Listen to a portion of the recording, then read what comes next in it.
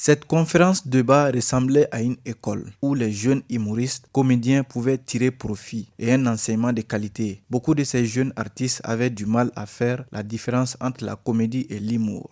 L'humour, c'est une déclamation, la comédie, c'est un jeu.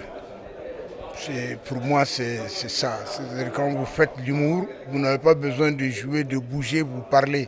Il ne faut pas confondre humour et comédie. Il ne faut pas confondre.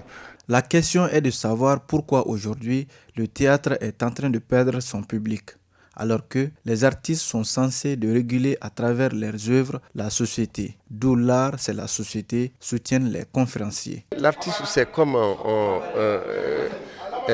régulateur.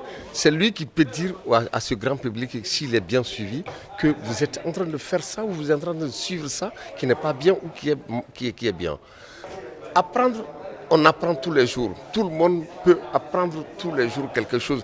Comme le grand frère Kardjigué a si bien dit, c'est chacun de nous doit sortir dans cette salle avec quelque chose de nouveau. Un débat sur l'art malien était à l'ordre du jour. Aussi, un débat de conseils de donner et de recevoir. C'est pourquoi certains participants se disent fiers d'être à l'école des anciens.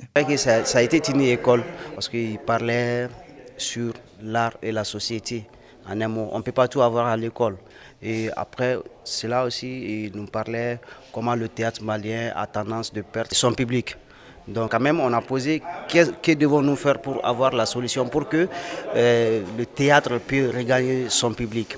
Les organisateurs de la première édition du festival Yereko ont aussi plaidé auprès de l'État malien pour qu'il s'engage afin de donner une autre image positive à la culture malienne.